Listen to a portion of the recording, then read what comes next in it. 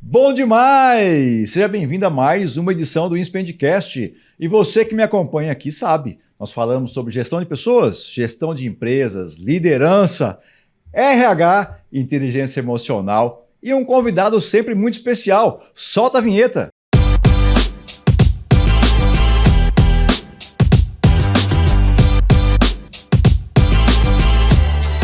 Estamos de volta aqui, estou muito animado, até porque quando vocês conhecerem a minha convidada, vocês também vão ficar animados. Ela tem um sorriso maravilhoso, é uma pessoa extremamente ágil. E, olha, eu estou muito feliz de receber você aqui, Esther. Seja bem-vinda, Esther. Obrigada por me receber. Eu te apresento só de Esther ou eu preciso te falar o nome inteiro? Não, Esther tá bem. Só Esther tá bem, né? Esther, uma grata surpresa te conhecer, né? A vida proporciona para a gente encontros e eu tive a oportunidade de te conhecer naquele evento que foi a noite de posse, né? Da diretoria da APSA. Isso. Então, eu queria já dizer para você que aquele dia foi um dia que eu saí de lá dizendo assim, olha, valeu a pena. Foi muito bom te conhecer também, até porque você é um dos nossos diretores. Estamos juntos, né? É isso mesmo. Nosso bate-papo hoje, RH. Sim. Eu vou apresentar aqui as tuas... É quase Wikipedia. Wikipedia. De tanta competência que tem aqui a Esther. Mas, Esther, hoje você está de vice-presidente da APSA, Sim. Né, que é a Associação Brasileira de Profissionais de RH. Isso. Você é diretora de RH da Guru Crédito. Exato. Board member. Sou, sim. Conselheira consultiva. Mentora de carreiras. Especialista em ESG. Coach executiva. E aí com uma experiência, inclusive, internacional. Isso mesmo. Caramba, como é que você Uma experiência conseguiu muito isso legal. tudo? Foi ontem, né? Eu cheguei aqui nessa carreira aqui de RH ontem e aí fomos trilhando com muita coragem, né? Como todas as mulheres importantes, fortes, corajosas devem fazer, nós mulheres. Conta um pouquinho para mim da experiência da APSA. A gente tem muito tempo para falar aqui, mas como eu apresentei você primeiro aqui como vice-presidente da APSA, me conta um pouco dessa história da APSA. A APSA é espetacular. A APSA tem 64 anos, é a primeira associação de recursos humanos do Brasil. É uma associação que está trazendo uma inovação muito grande, que a gente quer trazer algo muito diferente para o RH, trazendo um RH muito mais inovador, mais focado em estratégia, focado em resultados. Estamos com uma nova presidência, né? Eu tenho o Alberto Reutemann como meu presidente, nosso presidente. Eu estou como vice-presidente da APSA. E e você é um dos nossos diretores, né? Nosso diretor de universidade corporativa. E a ideia é essa, de trazer um pouco mais de inovação para a área de RH, um pouco mais de estratégia e focar sempre em resultados. Colocar a gente na mesa de decisão junto com os decisores dessa empresa. Essa é a nossa ideia. Sabe uma curiosidade que eu tenho? Pode falar. Que não deve ser nada fácil, né? Abaixo, né, de você... Tem um grupo de pessoas, assim como eu estou, né, nessa posição de diretor. Como que é coordenar esse volume de pessoas que são praticamente voluntários? São voluntários. Não é? São todos são voluntários. Todos voluntários, são todos né? voluntários. É muito legal. Eu acho que passa primeiro pela seleção correta das pessoas.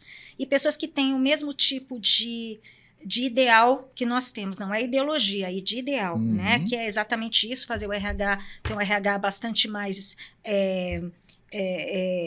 protagonista, que é o que nós queremos. Até a gente brinca que é o RH, porque não um novo CEO, né? Então, os RHs não são comumente CEOs, mas a preparação que nós queremos fazer dentro da APSA é que todos os RHs possam chegar a essa posição, caso queiram, né? Caso queiram. Nós temos hoje muitos voluntários, como eu falei para você, em áreas diferentes, nós temos várias diretorias, e a ideia é que nós tenhamos, dentro disso, profissionais bastante competentes para que a gente faça, por exemplo, uma pirâmide. Então, existe o presidente, a vice-presidente, a gente espalha para os diretores nacionais, esses diretores nacionais espalham para os seus diretores estaduais, e nós, da diretoria executiva, trabalhamos com os presidentes nacionais, estaduais e vice-presidentes estaduais. Então, a comunicação tem que fluir muito bem e, vamos dizer, os objetivos estratégicos da APSA têm que estar muito claros. Isso a gente faz, acho que bem feito. Eu vou te fazer uma pergunta que eu não sei se você tem a resposta, porque ela me veio à mente agora. Opa. Aquelas coisas, sabe, de repente... Sei, vamos lá. A nossa associação, entre outras associações na qual já participei, seja de um evento ou de alguma outra forma, eu não vejo, e pode ser que tenha, tá? Pode ser que somente eu não tenha percebido, geração Z nesses grupos de associação. Olha, nós temos algumas pessoas, mas não com... Excelente pergunta. É algo que para a gente começar a prestar atenção. Nós abrimos a associação para estagiários, inclusive. Se você olhar a APSA, entrar no nosso site para a associação, nós temos alguns planos, e um dos planos é de estagiários. E como a gente sabe, estagiários provavelmente geração Z. Uhum. E esses planos custam em torno de R$1 ao ano. É só para realmente a pessoa ingressar. Então, a ideia é que a gente traga, assim, essa geração, não só para debater conosco, mas para aprender e nos ensinar também. Então, sim, a APSA, ela tem essa vontade de trazer a geração Z e, por que não, trazer ela para participar ativamente como colunista, com artigos, como podcasts. Então, geração Z, vocês são bem-vindos à APSA. Eu tenho certeza que a associação, não só a nossa, como outras associações, elas têm o desejo e gostariam de ter. Mas o meu questionamento é, será que a geração Z tem essa vontade de fazer parte de projetos voluntários assim, né? Eu acho que tudo depende das lideranças que a gente tem nas empresas e na sociedade. Então, uma das coisas que eu acho importante é que essas lideranças comecem a fomentar. Por exemplo, eu estava comentando com você agora há pouco sobre os estagiários do bem, né? Que é um movimento, né? É um plano do CIE, onde eles trazem alguns jovens de 16, 17 anos de escolas estaduais para fazerem parte das empresas, e o governo está custeando isso. Uma das coisas, por exemplo, que nós, na Guru Crédito, fazemos para incentivar isso, é realmente mostrar para esses jovens quais seriam os cargos ideais para ele. E eu tenho 2 meninas como estagiárias comigo. Eu tento mostrar o mais possível como é importante participar de movimentos na parte de RH, outros movimentos para outros jovens em outras áreas, mas os do RH participarem, inovarem, trazerem sugestões. Então, eu acho que isso é importante, sim, nós líderes, inclusive, dizermos que existem essas associações, que isso eles estão começando. Essa geração nova, que não seria nem a Z, né? Seria a Alfa. Né? Então, essas novas gerações, eu acho que elas dependem de nós hoje para guiar corretamente, mas corretamente. Entendi. Bom, outra experiência que eu estou vendo aqui, essa onde você é diretora, né, de RH da Guru Crédito. Sim. O que faz a Guru? Guru Crédito trabalha hoje basicamente com crédito do trabalhador. É muito novo isso para mim também, é a primeira vez que eu trabalho numa fintech, mas é uma empresa espetacular, é uma empresa que concede crédito para os trabalhadores, inclusive para os negativados. Então, é uma inovação também, né? É uma parte bem social. E uma das coisas que eu gosto muito da Guru Crédito que ela faz são algumas palestras de educação financeira gratuitas.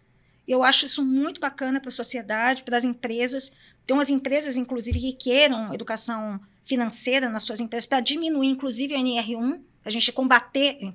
Diminuir a NR1, não. Diminuir essa situação de problemas mentais dentro das empresas é ter o controle financeiro bem feito, né, dentro das famílias. Então, a gente também faz esse tipo de trabalho. E nós também estamos alertando os RHs para falar um pouco sobre a escrituração, a necessidade que o RH tem de fazer, e muitos dos RHs não estão sabendo disso, que mudou a lei do crédito consignado, que hoje é crédito do trabalhador, e que mudou o papel do RH dentro das empresas com relação a esse crédito consignado.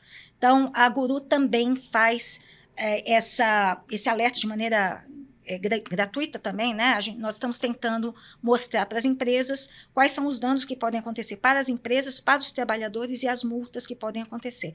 Então, dando uma dica, prestar atenção nas escriturações, gente. Ótimo. Deixa esse recado aqui, vai esse reforço para o RH. Isso aí é importante mesmo, gente. Escrituração na parte do crédito do trabalhador pode gerar multas, se não feita corretamente, multas severas para as empresas.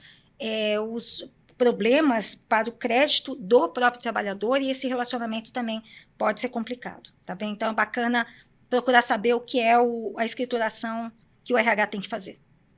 Eu não vou aprofundar no tema NR1, mas é que teve uma situação recente num evento que eu fiz uma provocação para o palestrante, né? E o palestrante apresentou um projeto muito bacana que o Banco do Brasil está fazendo. Uhum. E aí ele terminou a explanação dele da palestra e como eu comentei contigo, né? Eu sempre levanto a mão. E aí ele estava dizendo que as empresas passam a ser responsáveis por toda a questão da saúde mental do colaborador. Sim. Aí eu levantei a mão e falei para ele assim, claro. Você viu quantas doses de café, porque era um evento relativamente, quase um petit comité, né? E aí eu estava tomando café, porque tinha uma mesa de café bem ao lado. Falei, você viu quantas doses de café eu tomei enquanto você fazia a palestra? Ele falou, não. Eu falei, tomei 5 doses de café enquanto você fazia a palestra. Eram 4:30 da tarde. Nossa. Aí eu falei para ele, você acha que eu vou dormir bem? Ele falou, provavelmente não. Eu falei, você acha que eu vou acordar bem amanhã se eu não vou dormir bem? Ele falou, provavelmente não. Eu falei, e a minha empresa é responsável por eu ter tomado as 5 doses de café? Exatamente. É complexo, né? O tema da muito NR1 complexo. ainda... Nós entendemos que nós RH, né? A gente discute bastante isso, porque isso é uma realidade. É um cuidado a mais, né? Porque a NR1 já existia. Então, houve um complemento, uma atualização da NR1. E hoje querem colocar nas costas das empresas e do RH essa responsabilidade, que é o que eu falo. Você está com problemas financeiros, você está em casa. O problema financeiro é seu. Né? Se você brigou em casa com marido ou esposa que sejam tóxicos, isso você vai trazer para a empresa. Essa história de separação entre trabalho e empresa, isso não cabe mais. A gente sabe que isso não existe. Então, de uma maneira, eu acho que equivocada, o governo, essa é a minha visão, o governo está colocando essa responsabilidade nas empresas porque existem, sim, chefes muito tóxicos. Isso, sim, tem que ser combatido. Eu acho que o que está valendo nessa parte da NR1 é que nós estamos tendo uma visão um pouco diferenciada de como cuidar da saúde das pessoas. Nós não somos responsáveis pelo que acontece na parte pessoal das pessoas, mas nós podemos, sim, melhorar o clima organizacional. Eu acho que agora acabou sendo vamos dizer, um pouquinho mais forçado isso para que a gente faça, já era importante, e para que a gente olhe um pouquinho melhor para as lideranças e a gente possa capacitar essas lideranças para que tenham um pouco mais de cuidado. E essas lideranças sabem que vai haver algum tipo de consequência. Você tem uma baita bagagem de RH. E além do trabalho que você tem na Guru, imagino que consultorias... Sim. Você acha que a gente tem visto, por exemplo, indicadores onde o número de burnout tem aumentado absurdamente? Sim. Você acha que o ambiente tem aumentado a pressão sobre as pessoas ou nós formamos pessoas mais fracas? O que você acha que está acontecendo? Excelente. Na minha concepção, pode ser um misto dos dois. Eu acho que os ambientes estão, como é normal, né? A competitividade dentro das empresas está muito grande, o mercado está complicado, eu acho que a economia está complicada, o perigo se você for ver, é tudo junto, né? A insegurança no país está muito alta, então você sai de casa, você não pode abrir um vidro, porque você pode ser assaltado, ou seu filho está saindo, ou será que ele vai sair? Isso tudo mexe conosco, sim, mas eu também acho que as novas gerações, e talvez por conta das gerações de hoje, talvez a gente tenha alguma responsabilidade sobre como nós criamos nossos filhos, querendo protegê-los demais. Então, é muito importante, já que isso já foi feito, que as pessoas mais jovens, a geração Z, que eles entendam que a vida, para ser vivida e bem vivida, ela tem frustrações, ela tem responsabilidades muito fortes, ela tem situações em que a gente vai ter que encarar. O que eu digo? Medo, nós temos a vida inteira, eu tenho, você tem. Sim, muito sim. medo. A coragem é o que você faz com esse medo. Então, nós transpomos o medo ou nós nos acovardamos e deixamos e culpamos os outros. Se nós falarmos de accountability hoje, Nós estamos falando sobre responsabilidade de dono, e não só responsabilidade de dono profissional que você faz dentro da empresa, mas é com a sua própria vida. O que eu quero para mim? Como é que eu vou assumir a minha vida? Como eu vou enfrentar os problemas, ter coragem para enxergar situações e ir atrás dos meus sonhos de uma maneira planejada e com ações concretas. Então, eu acho que sim, a geração Z, por exemplo, e principalmente a Alfa, ela tem que entender um pouco isso. E a nossa geração que criou vai ter, de alguma maneira, que ajudar essa geração que não foi criada dessa maneira. É uma visão minha. Tem uma frase que eu gosto bastante que diz o seguinte, né? Se eu tivesse 5 anos atrás a experiência que eu tenho hoje, eu não teria passado pelos problemas que eu passei. Sim. E aí, um complemento disso é, se você não tivesse passado por esses problemas, você não teria a experiência que você tem hoje. Exato, é isso mesmo. É o que você faz com a sua experiência. Sim. Né? Então, ela é difícil, a vida é muito difícil, mas ela é linda, maravilhosa. E se a gente souber usar essas experiências, mesmo as dolorosas, a seu favor, viram seres humanos espetaculares, ao invés de amargos, né? Porque você também faz o que você quiser com a sua experiência. E você pode olhar para trás e falar, puxa vida, faria tudo igual, mesmo que tenha doído. E é tão antigo, né, esse ensinamento, porque está no estoicismo dos anos 300 lá, né? Sim. Aliás, eu gosto muito de estoicismo. Né? É você... Não importa o que fizeram para você, né? Importa o que você faz com aquilo que fizeram para você, né? A vida é isso. E não tem que se sentir coitado, não tem que se sentir vítima. Sim. Pega isso e faz alguma coisa com isso a seu favor. Sim. Então, ao invés de ficar chorando, fica mais forte. Não deixa aquilo te atingir de novo. Crie uma barreira, crie uma estrada, um novo caminho, para que aquilo não aconteça e que não deixe acontecer com outros também. Então, você pode ensinar, inclusive, essas pessoas, a outras pessoas, a não deixar passar por isso. Claro que outras coisas deverão acontecer, senão entra nessa situação que eu falei de proteger demais. Mas você pode conduzir para que a dor seja menor e para que o ensinamento fique. Sim. Eu acho que é muito da maneira como a gente olha para o problema, né? Se eu olhar para o problema dizendo que aquilo aconteceu comigo, Exato. Eu sou vítima. Se aconteceu para mim, eu sou aprendiz, né? E aí eu posso compartilhar com as pessoas. Né? E todo mundo passa, não tem ninguém que não tenha passado um problema. Então, para que se fazer de vítima? Eu sofri mais. Ótimo, seja mais forte então. O que é que você vai fazer? Porque a gente estava até comentando, né? O que adianta nós mulheres, por exemplo, nós sabemos que nós sofremos machismo, nós sabemos que nós temos tripla jornada de trabalho, nós sabemos que o mercado é muito mais difícil para a gente, nós sabemos. Agora, se eu ficar dizendo, eu não consigo uma posição porque eu sou mulher, eu não consigo fazer tal coisa porque eu tenho que cuidar de filho, tudo é mais difícil para a mulher. Fato. E o que eu vou fazer com isso? Ficar reclamando ou lutar? Mas você está falando isso. Desculpa, eu sou mulher também. E eu sei os esforços que eu fiz e como eu transpus. Eu escolhi vencer. Eu não recebi isso de graça. Então, eu acho que é uma escolha, né? A gente poder escolher entre o que é difícil e como nós vamos caminhar daqui para frente. Perfeito, concordo contigo. E eu estava comentando contigo também, né? A minha preocupação sobre a maneira como influenciam as pessoas para militar a respeito de algumas causas, né? Porque assim, as causas elas são reais, elas são nobres e eu acho que elas necessitam de cuidado. A questão eu acho que é a maneira como às vezes isso é colocado, né? E quanto mais força você coloca, às vezes, maior vai ser a resistência. Exato. Né? Exato. Se isso fosse mais bem estruturado, né? Mais bem planejado ou menos manipulado, se é que eu posso dizer assim, talvez isso fosse... Nós estávamos falando até da diversidade, né? E falamos da geração Z, de como proteger demais, e porque protegeu-se demais, as pessoas perderam sua força, elas não têm resiliência para aguentar, porque nós somos uma construção, desde o dia que a gente nasce. Se você protege demais, você tira aquela casca que é necessário para você poder evoluir e sofrer menos na vida. E poder saber o que tem que ser feito. As pessoas ficam um pouco perdidas. Então, essa parte de militância, a gente estava falando de diversidade, a diversidade é uma das coisas mais importantes que tem dentro da empresa. A diversidade é o mundo. O mundo é diverso.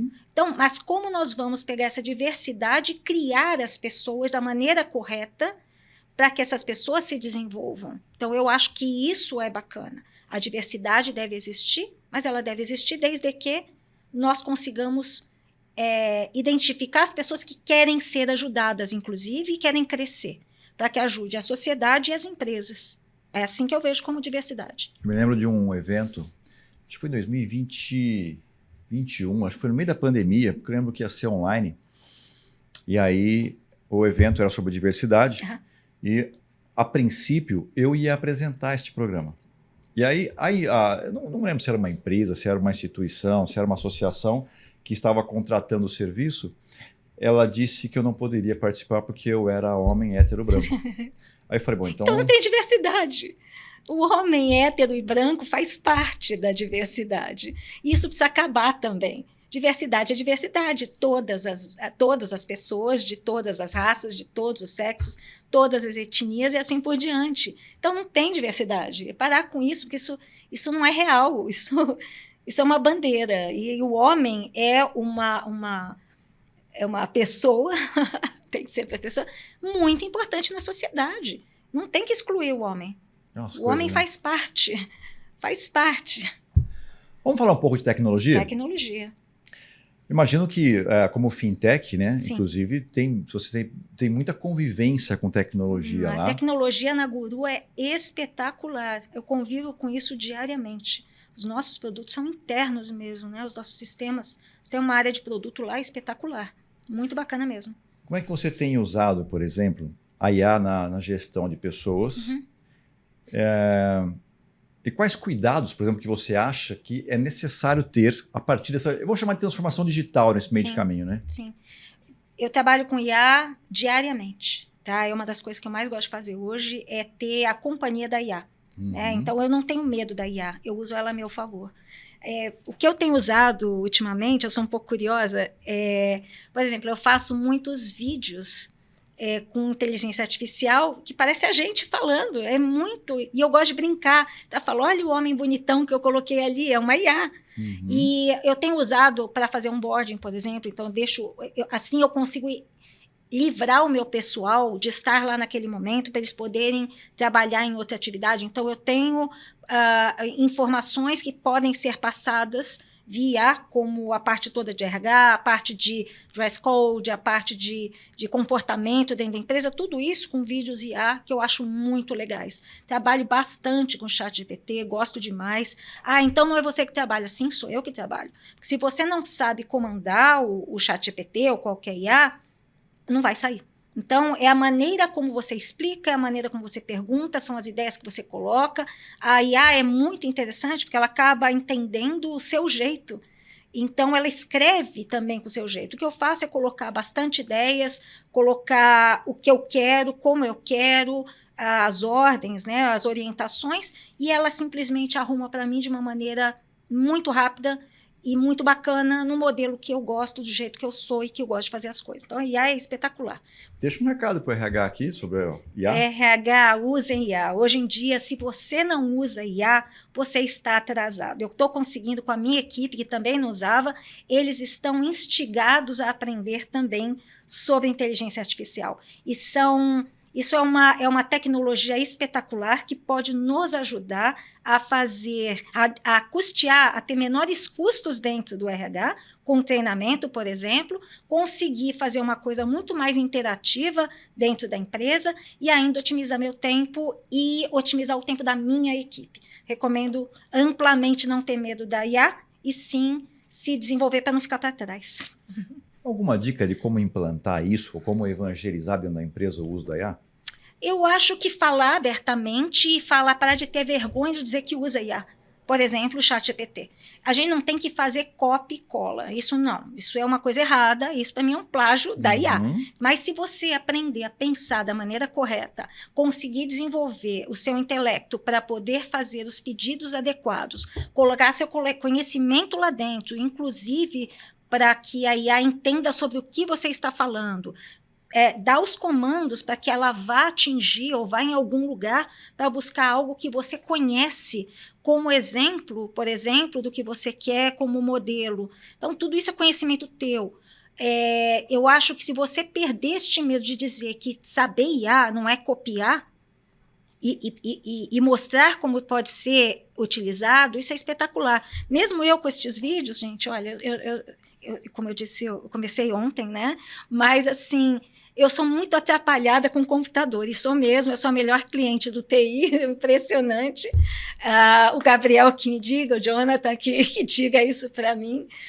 Mas é impressionante como eu consigo trabalhar com IA mesmo não sendo o melhor talento em tecnologia. Então, é fácil, gente, dá para aprender, é ter vontade de aprender, é isso, não ter medo de aprender. Mostrando para as pessoas o resultado daquilo, isso instiga. Então, é assim que você pode ajudar as pessoas com IA. Eu vou compartilhar contigo uma das coisas que eu fiz aqui, né? Porque dá até tempo de você tomar uma aguinha, se você quiser.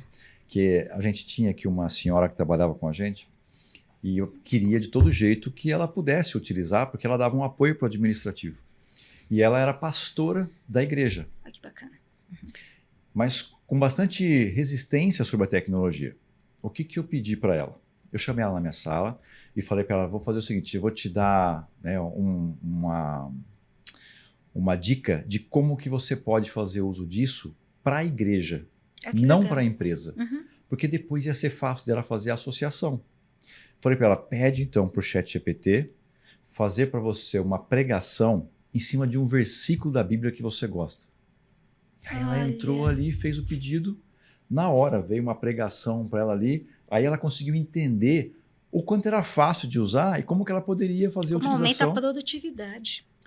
E aí, no dia seguinte, ela já trouxe para mim uma cotação que ela estava fazendo para a gente, se valia a pena trocar a impressora, comprando, ou se valia a pena alugar.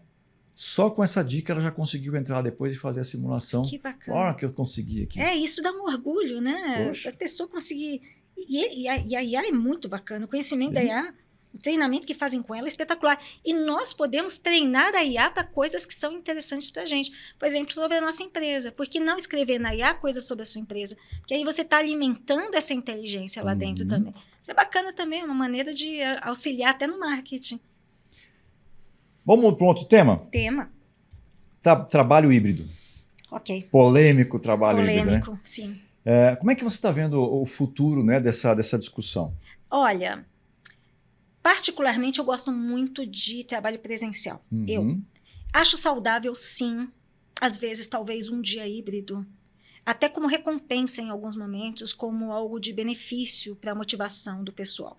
Eu sei que muita gente gosta muito de trabalho híbrido, de trabalho home office, e normalmente os CEOs, né, os empresários gostam do trabalho presencial. Na minha opinião, nada como o tete-a-tete, estar junto na discussão, ou eu tenho alguma dúvida, eu vou direto a você e falo, dá menos trabalho, por incrível que pareça. Por outro lado, o home office, quando bem feito e adequado, ele me dá uma possibilidade de concentração muito melhor, porque não há interrupções. Então, sim, eu vou ficar em cima do muro aqui, não vou falar para você. Particularmente, eu gosto do presencial, mas eu sou a favor de ter pelo menos um dia home office. Você falou de interrupções, né? A fórmula da performance fala isso, né? Fala. Que o potencial menos número de interferência, né? Exato. Se eu tenho muita interferência, diminui o meu Sim, minha performance. A coisa boa do home office, quando bem feito, com pessoas com responsabilidade, e eu acho que começou a não ter tanto home office, e os empresários não querem exatamente porque se percebeu que, de alguma maneira, vamos dizer, o que deveria ser levado com profissionalismo, ou seja, você entra lá e cumpre o teu horário da maneira correta e produz. Para alguns trabalhadores isso não aconteceu, acabou virando Você falou de horário, eu lembrei de uma situação aqui, eu faço mentoria, né, para alguns executivos e líderes, né? E aí tinha um líder comentando que na empresa dele, alguns colaboradores, o que eles faziam? No dia, o trabalho híbrido, nos dias que eles estavam no presencial, eles saíam para o almoço, né? Então tem um refeitório lá, eles preparavam a comida deles. Quando eles sentavam na mesa para comer, eles batiam o ponto de saída. E aí, eu falei assim, cara, é um absurdo isso, né? Porque é como se estivesse tirando vantagem de 10 minutos, sendo que os outros dias todos eles estão em casa, a gente nem sabe que horário que eles estão cumprindo. É isso mesmo. Para quê? Para que isso? Para que Pra tirar uma perder. vantagem de 10 Exato. minutos? Gente, tem que entender que os empresários são quem permitem que nós tenhamos trabalho.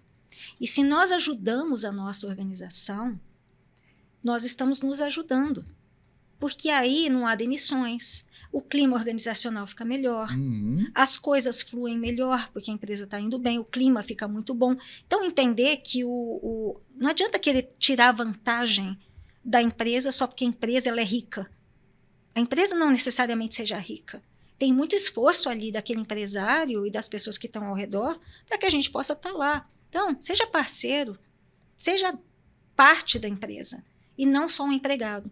Eu acho que isso é importante. Então, tem umas vantagens que você fala, A não vantagem faz boa, aí sentido. perde a possibilidade de home office, perde a possibilidade de outras coisas, porque eu fiz uma conta na minha empresa e eu faço conta. Eu sou engenheira, né, de formação, sou mestre em engenharia, então eu sou engenheira ao quadrado.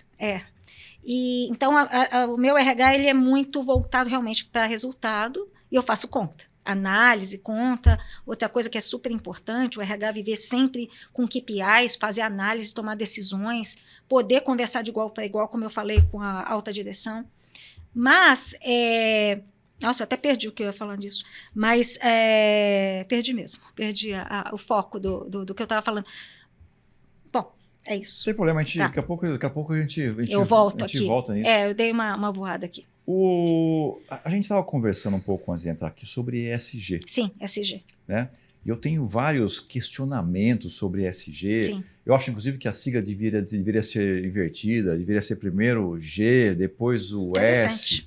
Acho que primeiro vem a governança, depois o social e depois o ambiente. Porque se a gente não tiver governança, não sobra dinheiro para fazer social para ninguém, né? E muito menos cuidar de ambiente. Porque a gente percebe nesse momento... Os países, por exemplo, que estão em guerra, a prioridade deles em ambiente não existe. Não. O social também, né? Estão lá matando as pessoas. Então, não faz muito sentido, né? Mas que papel, por exemplo, que o RH pode assumir e tornar realmente o ESG mais concreto dentro da organização? Eu acho que tem um erro do que acham que é ESG. O ESG, ele na realidade... já existe há muito tempo, né? São em letrinhas separadas, agora está tudo junto. Ele é, na realidade, algo focado, sim, em resultados, mas resultados para as empresas. E as pessoas estão levando isso também de uma maneira mais militante. E por causa dessa militância de que nós temos as OBSs, né, as 17, porque nós não estamos cumprindo, estão levando realmente para uma visão que não é a visão adequada, está se deixando de prestar atenção na perpetuidade da empresa para falar em uma militância em algo que não é real. E por isso está se perdendo essa força. Nós temos a governança é algo muito importante. A governança te dá as regras, as leis, o como fazer, e essas leis têm que ser seguidas, como você falou. A parte de pessoas, vamos lembrar, nós somos RH que tem que cuidar de pessoas para que essas pessoas possam produzir adequadamente e bem para que a empresa prospere e essas pessoas estejam empregadas. É um círculo virtuoso. Nós não podemos só pensar, como é colocado hoje, o ESG em pessoas, por exemplo, a parte social. Vamos cuidar de pessoas. Temos que cuidar das pessoas, mas com muita responsabilidade, cuidar da empresa. Porque se cuidarmos só das pessoas, daquela maneira onde é só isso, a empresa não perdurará. ESG são as siglas para que a gente tenha essa perpetuidade da empresa, que essa empresa consiga prosperar e manter a sua vida. É isso. Eu gostei que você usou a palavra responsabilidade, né? Porque eu tenho participado de alguns eventos e percebo muitos palestrantes, né, trazendo de forma, na minha visão, irresponsável a visão sobre isso, entendeu? É algo como se as prioridades fossem completamente invertidas. E lembrando que se não existe empresa, não tem trabalho, não tem empregado. Então, as coisas precisam ser, ter um olhar de uma maneira mais responsável. Eu gostei da palavra que você usou. Você sabe que a gente tem que fazer materialidade também, quando a gente faz ESG. E a materialidade, na realidade, se você for usar de maneira correta, é a priorização do que você tem que fazer em relação aos OBSs. E essa materialidade tem tudo a ver com resultados. Então, eu acredito que muita gente fala sobre ESG só por falar e eu sei ESG. Aí eu faço ESG. A ESG na minha empresa. Será que foi feita a materialidade pensando realmente nos objetivos estratégicos da empresa? Será que foi feito? E aí a gente utiliza e faz essa materialidade das OBSs mais importantes para aquela priorização. Eu acho que está faltando muito isso. Hoje é uma... E o pior, ESG é algo importante.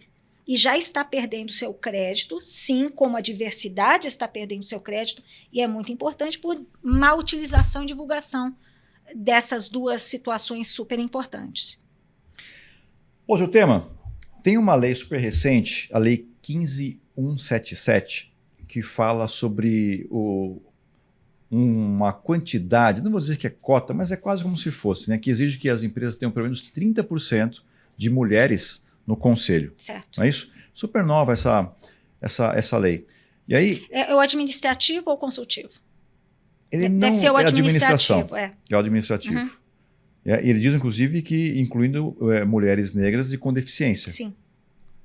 Qual você acha que será o impacto dessa lei na governança corporativa? E indo contra o que eu falo, eu até comentei com você sobre isso, indo um pouco contra, eu também sou conselheira de empresas, também tenho minha certificação, e realmente hoje ainda existe um conceito de homens, não um preconceito, mas um conceito de que homens acaba sendo algo natural de que os homens estejam mais à frente disso. Neste caso, para abrir esse espaço, eu acho que é um negócio bem bacana. Não acho que uma mulher não, desde que sejam mulheres com alta capacidade.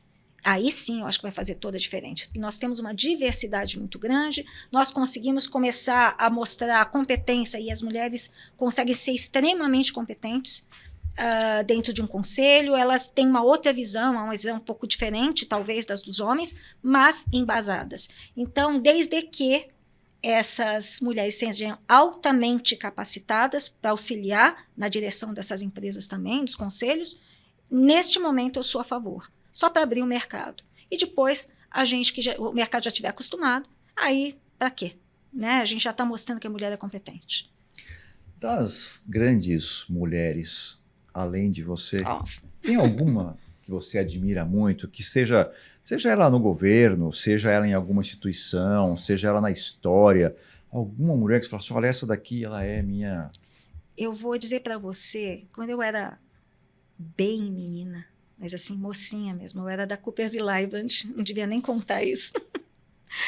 Eu conheci a sócia, a partner da Coopers & Lybrand, eu não me lembro o sobrenome dela, mas o nome dela era Olga.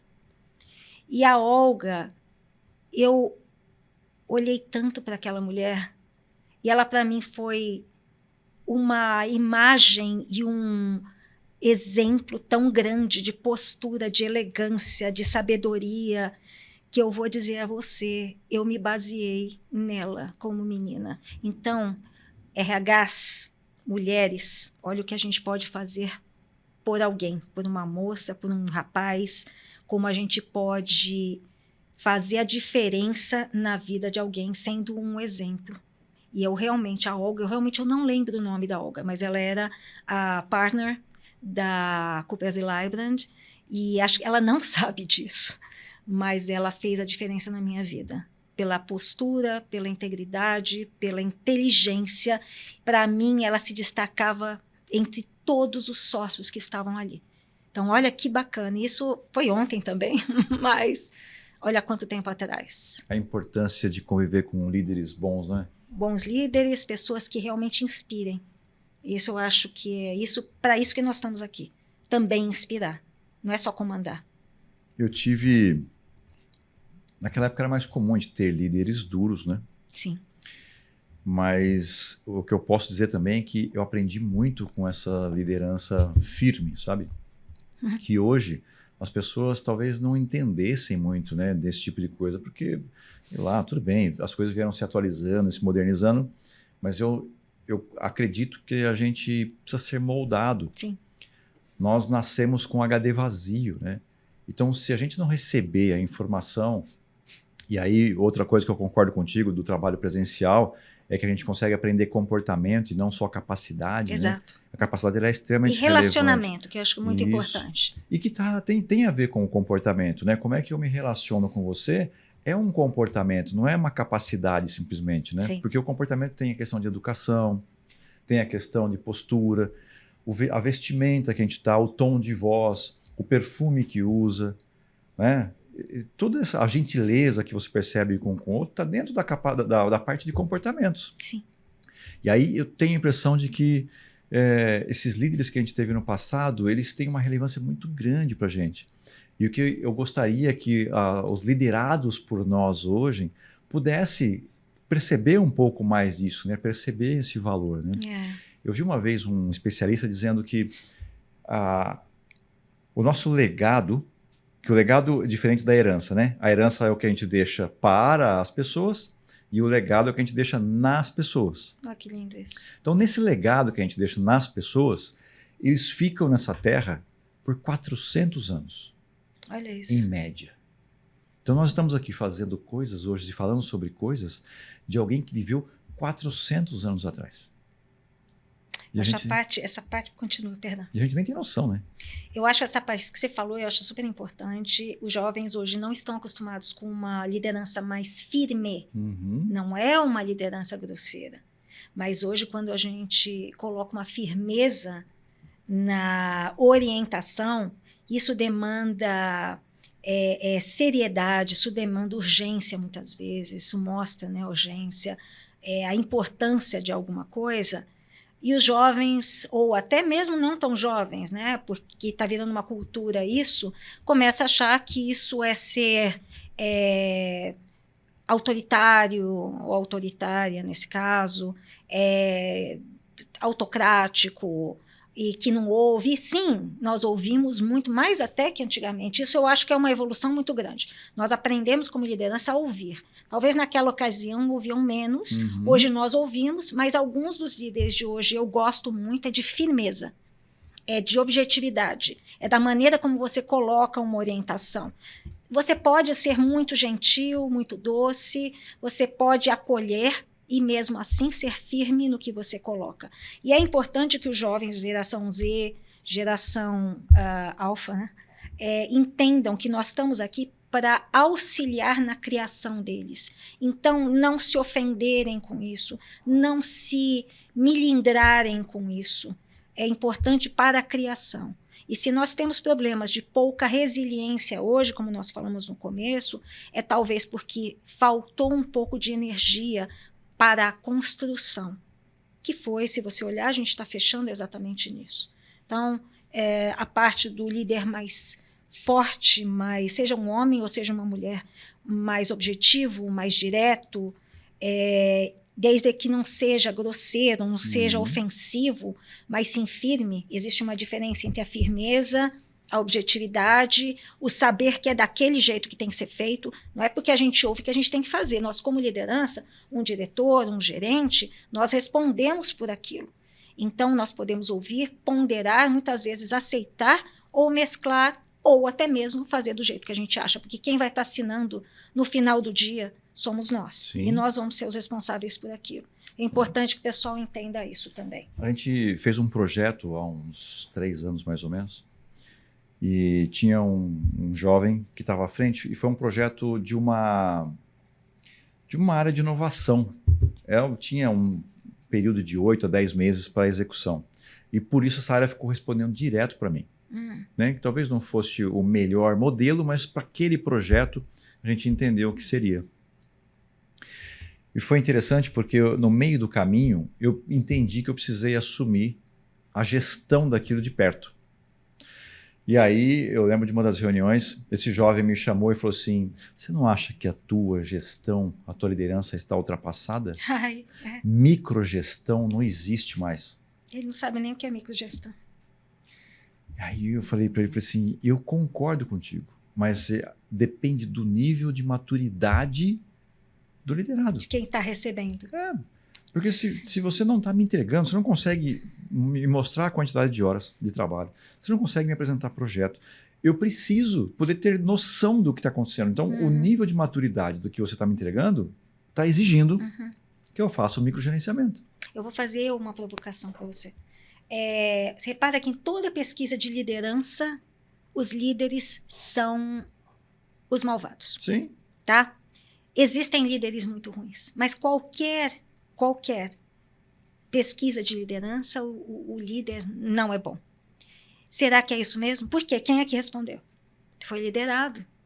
E o liderado, nos dias de hoje, tem este problema de achar que tudo que a gente fala é ultrapassado, tudo que foi dito foi grosseiro, é microgestão, quando ele esqueceu que aquele líder, ele comeu muito capim para chegar até ali.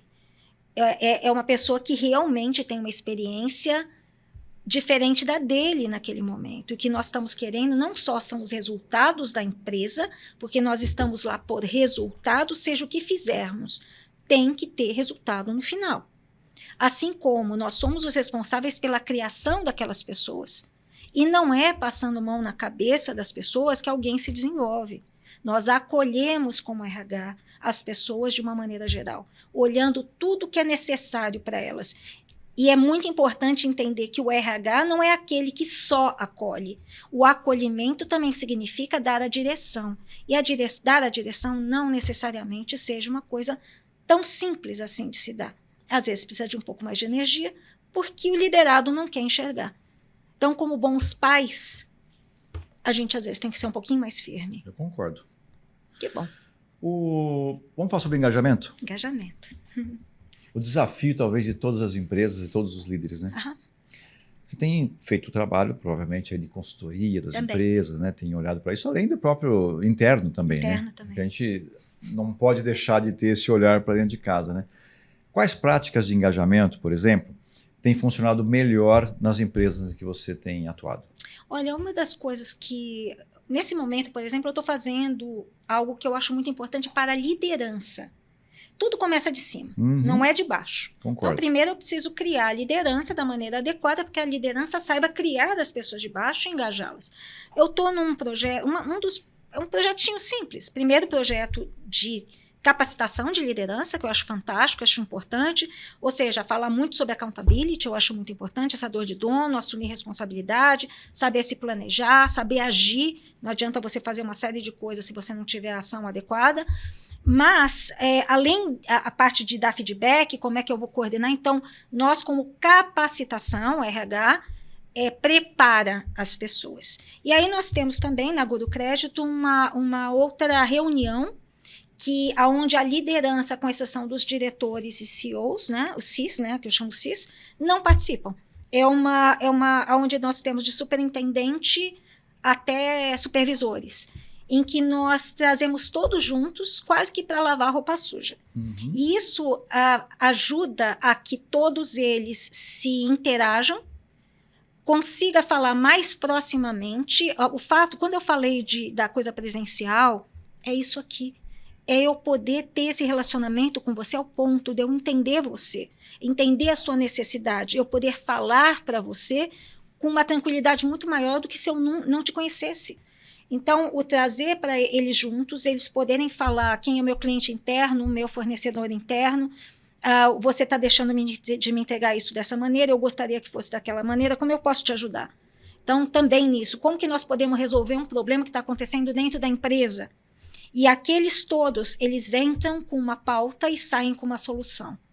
Além de tudo, nós estamos empoderando essas pessoas, nós estamos engajando, nós estamos treinando a liderança para que realmente seja uma liderança, para que eles possam decidir e trazer para os diretores e para os CIS soluções que possam ser muito importantes. E a partir do momento que eles aprendem a isso e veem a importância de se engajar, eles podem levar isso para suas próprias áreas. Com qual frequência faz isso? Nós fazemos uma vez por semana. Uma vez por semana? Puxa vida! Uma vez por semana. Bacana, que legal. Né? Pô, muito legal. É bacana mesmo. Mas a gente não pode entrar. Diretor não entra e CIS não entram também. Então, é só de superintendente para baixo e todos, nós temos as pessoas um pouco mais sêniores que conduzem, né? E temos um time, muitas vezes, um pouco mais júnior, que aprende. Então, eu acho isso muito bacana. Isso em algum momento chega para vocês, o que foi decidido? Claro, chega. isso vem. Nós temos ata. Então, a ata, a discussão, tudo direitinho. Então, isso tudo chega para a gente. Eu, como RH, eu tenho um interesse louco disso, né? Para saber quais são os resultados. Eu quero saber não só a parte comportamental, como de desenvolvimento, como eu sou uma pessoa de resultados, quero saber qual foi o tema que foi levado e que resultado saiu de lá. Aí eu vou ver o nível de desenvolvimento da minha liderança e ver se nós estamos acertando ou não. Fora isso, como os temas são muito bem colocados, né? E eles levam, o RH ajuda muito no tema, né? No tema que pode ser abordado, até porque eu tô na alta direção, é o que eu falo, é o RH podendo estar na mesa de decisão junto com a alta liderança. Então, nós participamos, se nós participamos, nós sabemos o que nós precisamos fazer para atingir os objetivos estratégicos da empresa. E aí eles só dizem, eu preciso disso, e é responsabilidade dos diretores irem atrás para conseguirem. E o meu também está nessa situação. Eu levo, eu quero ver, né? Como é que eu vou desenvolver a minha liderança para conseguir lucro para a empresa. Então, basicamente isso. Você conseguiu construir um ambiente de segurança para que eles possam interagir ali, porque eu fico imaginando que é natural que você tenha, de repente, uma pessoa de uma liderança mais natural e que acaba assumindo, né, a liderança desse grupo. Sim. E aí, se as pessoas, de repente, não se sentirem à vontade de colocar alguma ideia, trazer algum problema, vai ficar sempre a visão dessa pessoa que tem uma liderança mais forte. E por isso que eu coloco alguém mais sênior e ele é instruído pelo RH a como isso, não permitir que isso aconteça, conseguir deixar uma coisa equilibrada e harmônica, como foi dito por você. Então, ali tem que ter uma liberdade muito grande de todos, inclusive um supervisor falando com um superintendente. Ali é uma mesa aberta, todos vão colocar a sua necessidade e todos serão provocados a participar. Né? Porque é muito comum também os jovens ficarem um pouco mais tímidos, mas com o passar do tempo, isso acaba. Sim. Eles se tornam tão à vontade de estar junto. Né? Eles estão numa família. Então, é muito mais fácil quando você está numa família, no dia a dia, toda semana, falando, ouvindo, de repente você tem a coragem de... Né? Você não precisa forçar a pessoa a falar. Porque aí é uma coisa falsa, né? É uma coisa artificial. Eu preciso, aos poucos, engajar aquela pessoa, fazer com que ela se sinta à vontade para opinar e querer opinar. E nós falamos, até valorizar um superintendente ou um colega, um supervisor que tem uma facilidade, supervisor para supervisor, uma facilidade de falar, ele quer ser igual, como que ele vai fazer isso? Então, são maneiras de você engajar o pessoal. E de maneira respeitosa, até palavrão pode ser o que quiser, dito, eu não quero nem saber o que se passa lá dentro, tá? Não quero saber. A única coisa que eu peço é respeito. Agora, como eles vão, se eu falei que eu não vou participar, isso é uma situação que eles decidem, né? Então, eu digo os diretores. Então, a condução é deles. É uma reunião de colaboradores, né? É uma reunião de colaboradores, um colaborando com outros. É isso mesmo. Boa. Vamos falar um pouquinho de coaching? Vamos falar de coaching. Até porque eu também gosto demais do tema. A gente sofreu muito, né, com a maneira como o mercado passou a olhar os coaches e com alguma razão também, muita razão, né? Muita razão. Porque realmente muitas escolas, né, e muitos coaches aí vieram para a rede como se fossem milagrosos, né, os gurus. E isso, acho que fez mal, talvez, né? Fez. E é uma profissão maravilhosa. Lá fora é tão reconhecido, Super. Né? Você sabe que quando eu me certifiquei, eu sou certificada pelo ICI, Integrated Coaching Institute. É muito legal. Acho que é uma das primeiras que veio aqui para o Brasil fazer isso. Eu lembro que faz muito tempo, foi em 2009, faz bastante tempo. E eu lembro que eu estava muito animada com isso, porque realmente dá resultados, desde que colocado da maneira correta. E eu lembro que eu dava aulas também, e eu comentei com um colega. Eu sou coach, estou fazendo coaching. Eu sou isso aí também. Aquilo eu olhei e falei, isso não vai dar certo. E realmente não deu. Então, virou sinônimo de pessoa que não está trabalhando, não está no mercado, ela vai ser coach. Ser coach é uma responsabilidade muito grande. Você extrai das pessoas, você não diz para a pessoa. Então, eu concordo com você que foi banalizado uma profissão tão importante. Você desenvolve a pessoa de dentro para fora. Concordo com você. E você atua bastante ainda como coach hoje? Atuo como coach até no meu dia a dia. Né? Então, por exemplo, nessa capacitação que eu faço para liderança, Então, nós temos a reunião da liderança, que é um fórum de liderança, e nós temos de 15 em 15 dias também a capacitação, como eu falei, de accountability, etc. Os meus treinamentos, as minhas capacitações, eu não gosto de treinamento. Treinamento você absorve 10%. Uhum. Capacitação, você realmente está criando a pessoa entrando de um jeito e ela saindo de outro. Todas são provocativas. Então, tudo que eu abordo lá dentro, você pode até dar alguma explicação, não digo micro, mas uma explicação sobre algo, mas os questionamentos são questionamentos de coaching, onde a pessoa tem que puxar de dentro para fora o que ela acredita daquilo e como se desenvolver. Então, o coaching é maravilhoso, é muito bacana. E eu curto de monte, né? Então, e é muito bacana quando você faz uma capacitação voltada para coaching, porque as pessoas participam. Elas querem. E o pior, elas xingam a Esther depois, porque elas passam até no chuveiro pensando que a Esther estava dizendo, puxando isso. E quando você sai de uma sessão de coaching como essa, você não pensa 10 minutos, 1 hora naquele dia. Você passa uma semana questionando. E é muito legal ver como as pessoas se engajam com isso também e trazem os resultados, né? E você vai jogando. Então, eu acho muito bacana usar a prática do coaching para as pessoas entenderem o que elas são competentes e capazes, já está dentro delas, e isso perdura. Não são os 10% que ficam, vai se desenvolver bastante. Como que você faz? Eu, assim como você, gosto de falar. Oxe, quase não se notou? Não é? E aí, no coach, a gente entende que quem fala muito mais é o nosso coach. Tem alguma técnica que você usa para ter mais escuta ativa? Controle. Porque é muito natural. Eu sou professora também. Fui professora universitária há muitos anos. Então, é muito normal. Primeiro, é meu natural gostar de falar. Né? A nossa área, inclusive, pede isso. Sim. Eu sou a engenheira mais faladeira que eu já vi, tá? Porque engenheira é tudo quieto. É verdade. Eu nunca vi, eu engenheiro destoo. Não fala. O que você tem que fazer numa situação dessa realmente é se controlar. Porque a vontade que você tem de mentorar é muito grande. Por eu ter sido... São algumas áreas muito perigosas para você ser coach. São o psicólogo e o professor. Que o professor quer falar e o psicólogo quer dizer o que você está sentindo. Não estou dizendo que não há professores excelentes como coach e não há psicólogos extraordinários, não é isso que eu estou dizendo, mas são áreas que tem que se controlar muito mais para não dar palpite e não ser mentor. A pessoa que trabalha com coaching tem que se conscientizar que a mentoria é uma coisa, a psicologia é outra coisa e o coach é outra coisa. Mentoria, eu te digo o que fazer com a minha experiência, ela é espetacular também. A psicologia mexe com o passado, então ela vai puxar o passado da pessoa e o coach puxa para o futuro.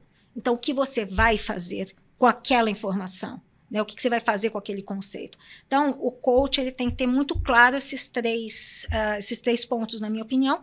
Não é todo mundo que tem. Não vou dizer para você que eu nunca fiz uma mentoria no meio de um coaching, que de repente você está vendo que a pessoa não consegue, você dá uma coisa. Mas o correto é não fazer. O correto é só puxar. Quem me contrata como coach, eles perguntam, às vezes, qual que é a metodologia que eu uso. E eu falo o seguinte, eu criei a minha. Eu tenho a minha. 70, 20, 10. 70% coach, 20% mentoria, 10% terapia. Olha que legal, então eu não estou tão errada assim. Não, é isso. E tem sessão que o cliente chega e fala, hoje eu quero 70% de terapia. Que legal. Porque às vezes tem um problema com a família, Sim, alguma coisa. Ele precisa falar. Exato, que precisa falar. Precisa falar, isso é normal. É uma coisa que o coach ele tenta não fazer, mas em algum momento, quando você vê que ele não sai de lá, você tem que dar um empurrãozinho dele para ele poder sair. Então, eu vou dizer, eu sempre falei isso, que eu não sou coach puro. Que de vez em quando, sim, eu uso a minha experiência e sim, muitas vezes eu ouço. Porque a pessoa quer, naquele momento, falar. Não é uma sessão de coaching daí, é uma sessão de escuta. Mas que muitas vezes dá um resultado também muito grande. Porque aquele momento é o momento que a pessoa precisa falar. Como é que você vai falar de resultado com alguém? Uma situação que eu tive, né, uma executiva. Veio para a sessão, a empresa me contratou com o objetivo de melhorar resultado, obviamente. E quando ela sentou, eu comecei a fazer algumas perguntas, né, justamente para poder tentar encontrar qual que era o caminho que a gente ia seguir para falar de resultado. Ela falou assim, meu marido é viciado em drogas e teve um surto dentro de casa ontem. Como que você vai falar de resultado com uma pessoa dessa? Que não vai. Tem até uma parte no coaching que ele pede para você abstrair a pessoa. Isso é impossível numa situação Não como dá. essa. E você sabe disso. É como a gente falou que não existe essa história de casa para, né, deixa em casa, como era antigamente, né? Uhum. Problema você deixa em casa. Aí de casa não me traga problema do trabalho. É o ideal, mas é um pouco difícil demais. E numa situação como essa sua, a pessoa precisa de você. Então, que tal ouvir um pouco? E isso cria, inclusive, um vínculo muito grande. Sim, sim. Uma outra coisa, né, que você comentou logo no início, né, o quanto as mulheres têm mais dificuldades por problemas vividos, né, de estar no mercado, tudo. Eu não sei se sou eu que atraio ou se é uma realidade. Acredito eu que seja uma grande realidade. Boa parte das executivas que eu atendi tiveram problema de abuso na infância. Nossa! Por isso que eu falei, eu não sei se sou eu que atraio, mesmo nos cursos, né? Então, nas formações... Das executivas, de maneira geral? Executivas.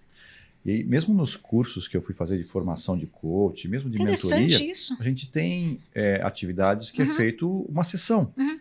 E parece que todas as vezes que eu estou, a situação dessas, eu sempre encontro esse tipo de coisa para atuar. Eu não peguei muito difícil. Eu, particularmente... Sou executiva, eu tive uma infância espetacular, com pais espetaculares. Eu não podia ter melhor. Eu agradeço a Deus, inclusive, a sorte que eu dei. Não cheguei a pegar, eu acho que é você. E o impacto que causa na vida executiva atual.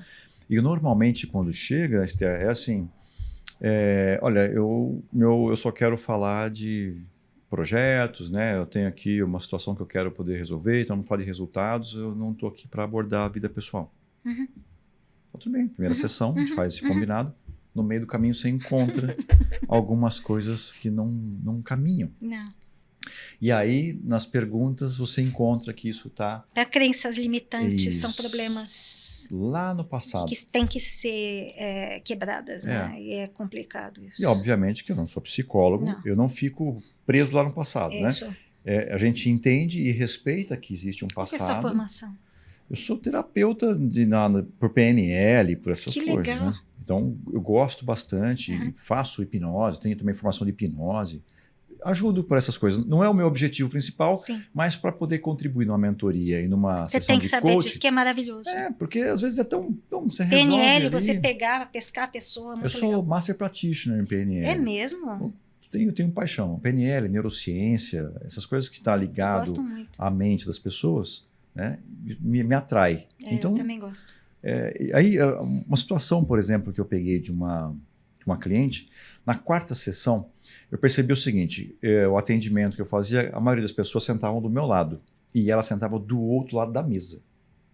É defesa, né? Mas é uma defesa. E eu percebi que ela transpirava muito. E aí, muito bem, na quarta sessão, eu fui descobrir o que estava acontecendo. Ela havia tido um problema não vou nem dizer que abuso, mas foi um assédio aos 15 anos de idade e ela aos 40 e estava presa ainda naquela situação. Nossa, que coisa, hein? E aquilo estava impedindo ela do quê? Ela não conseguia, por exemplo, ela estava com dificuldade de fazer o processo comigo porque ela, desde aquela época, nunca mais conseguiu fazer uma reunião onde tivesse ela e um homem sozinho. Nossa, que coisa séria isso. Mas você imagina ela, VP, Nossa de Senhora, uma grande instituição de ensino dessas tradicionais. Né? A empresa existe. São os problemas que a mulher passa, né? E aí a gente fez uma sessão tão maravilhosa, sabe, onde eu coloquei ela para conversar com ela na infância, contando quem que ela ia se tornar e dizendo que, olha, agora você tem todo o poder de se defender. Você sabe gritar, você sabe ser atleta, você sabe lutar, você tem um monte de coisa que te defende. Você não tem mais esse risco, você não sofre mais esse risco. E ela deu um grito, sabe, na sessão, foi um negócio maravilhoso de libertação. Nossa, que bacana isso. E foi muito interessante, porque assim, isso também causou para ela um problema na relação com o marido durante esse tempo todo. Na intimidade deles havia um problema por conta disso. E aí, isso foi. Normalmente eu faço atendimento de sábado, né? Então começa às 7, 8 da manhã, vou até a hora que der. E aí ela mandou uma mensagem para mim que ela estava celebrando, tomando um vinho com o marido no final do dia e que ela pôde falar para o marido a respeito daquilo porque ela estava liberta. Nossa, que legal isso. Olha a diferença que você fez na vida uma de uma sessão de pessoa. coach. Durante uma sessão de coach. É que as pessoas às vezes não conseguem entender o valor, né, que isso pode ter, porque você fica preso no passado, ninguém está condenado ao que aconteceu, né? Eu digo que a única condenação que a gente tem, Esther, é de ser livre. É isso aí. É isso aí. Eu gosto muito do passado para aprender, mas o passado não me prende. Eu olho para o futuro sempre. Eu aprendo com o passado e deixo ele lá para trás. Todos nós tivemos um passado. Mas é o que você vai fazer com essa informação e seguir em frente, eu acho que faz a diferença. E é o caso dela. Sim. Ela não conseguiu enxergar isso. E na hora que ela conseguiu, já era uma VP, espetáculo de mulher. Espetáculo. Uma baita e devia estar sofrendo horrores com uma coisa que ficou para trás. Porque ficou para trás. E hoje, ela mesma sabe que é o coach, né? Sim. Ela sabe que ela é capaz de fugir, de correr, de gritar, de bater, de matar, se fosse necessário. Mas ela é capaz de se defender. Mas na cabecinha dela, se você não tivesse feito esse processo de dentro para fora, que ela já sabe disso, ela não... Que bacana isso! E na sessão seguinte, ela mudou a posição que ela sentou na sala. Ai, que legal! E ela falou para mim assim, eu tinha certeza que um dia você ia querer abusar de mim. Meu Deus! Olha a mente dela. Ela falou, por isso que eu sentava do outro lado. Meu Deus, que coisa, que sofrimento. Pois é.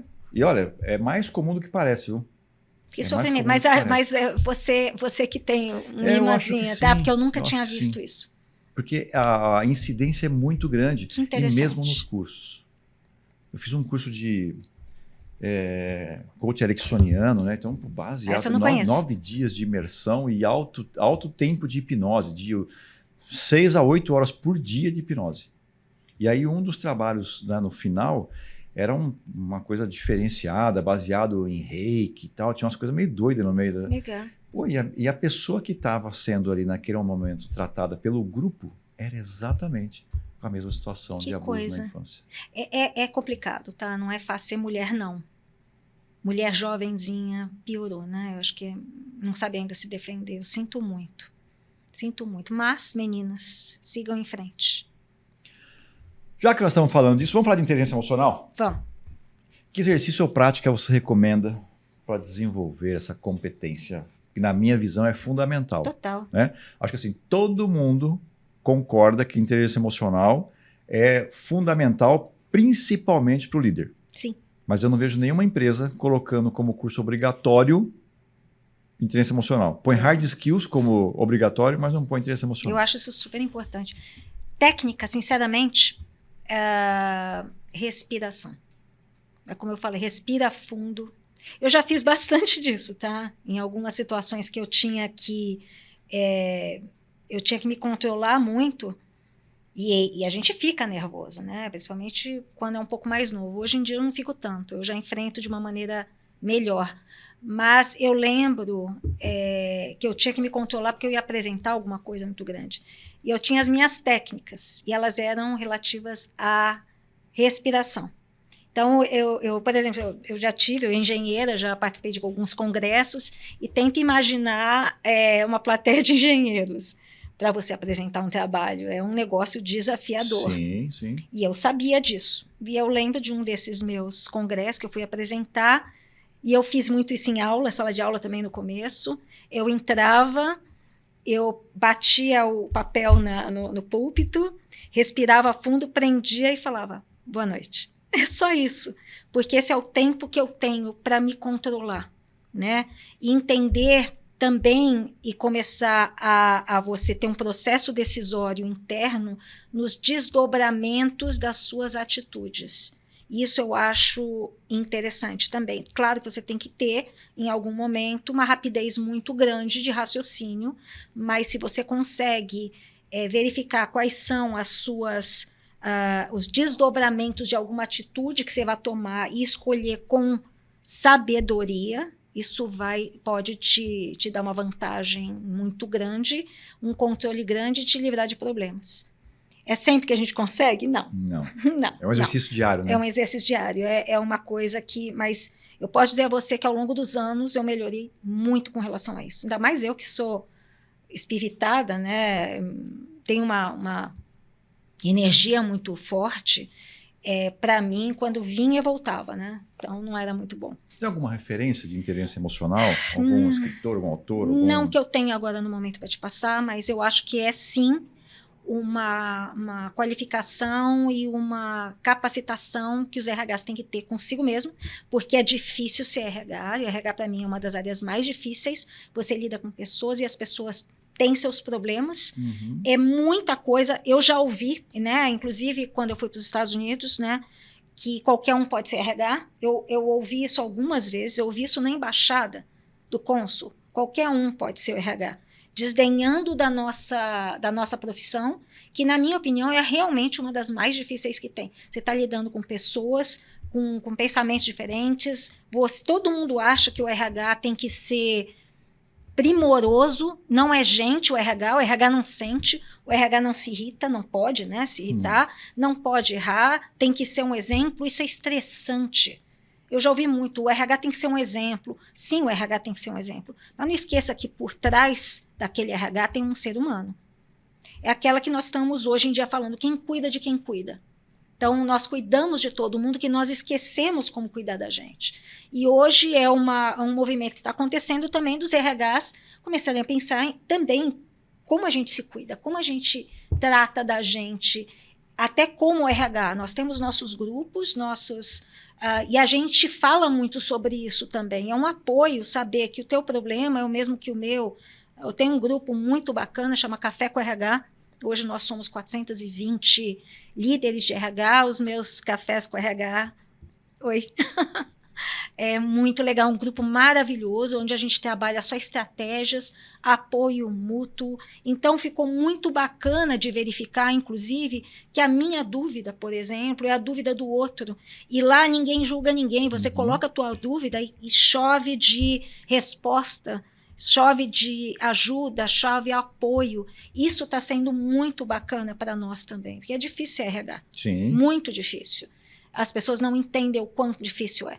E cobram demais da gente. Das outras áreas, cobram, claro, tem que dar resultado, mas nós é como se fôssemos super-heróis e a gente não tivesse sentimento. A gente só tivesse que dar suporte aos outros e nunca receber. A inteligência emocional do RH tem que ser maior do que a dos outros, supostamente, né? É desgastante, é estressante, é extenuante, para falar a verdade. A gente tem algumas referências, né? O Daniel Goleman, né? Espetáculo, sim. O livro Inteligência Emocional. Tem o Augusto Cury aqui no Brasil, sim, né? Sim. Que também tem vários livros, tem técnicas, ele tem uma técnica DCD que ele usa lá, que eu acho que é interessante. Bacana isso. Tem o próprio Tony Robbins, se você pensar, né? Da Tony maneira Robbins, como ele... sim. E tem um outro conceito chamado agilidade emocional, que é da Susan David. Eu não sei se você conhece. Não conheço. Eu particularmente gosto bastante do conceito dela, porque quando a gente pega o entendimento da inteligência emocional, ele te dá muitas ferramentas para você, vou falar de forma meio aberta, mas como se ele colocasse embaixo do tapete. Ó, deixa esse negócio aí, vamos virar a página, vamos resolver isso, né, de outra forma. Então, mais ou menos esconde um pouco os problemas. A Susan David, na agilidade emocional, ela te ajuda a resolver os problemas que foram colocados embaixo do tapete. Interessante. E ela trabalha basicamente um conceito chamado NASA, que ela diz o seguinte: nomeia a emoção. Então, você identifica a emoção que você está sentindo. Minha semana foi péssima. Dá nome para isso. Foi a reunião da segunda-feira à tarde, no fim do dia, quando aconteceu não sei o que lá. Então você pega aquilo e já fica menorzinho. Depois o A do NASA é de aceitar. Então aceita isso, não fica discutindo. Porque se você ficar com isso na cabeça, você vai... Por que eu tive essa reação? O que isso está acontecendo? O que está acontecendo comigo? Sim. Aceita que já aconteceu. O S desse NASA é de sair. Pense em outra coisa. Né? Além de você não ficar então trabalhando isso aqui, foque em outra coisa. E depois o último A é um A de agir, onde ela recomenda que você haja de acordo com os seus valores, para que no futuro você não venha revisitar, porque você fala, nossa, mas eu fiz isso e contra o que eu acredito, ou contra, sabe, a minha crença. Então, isso ajuda muito você a tomar uma decisão sem ficar se culpando depois de novo, entendeu?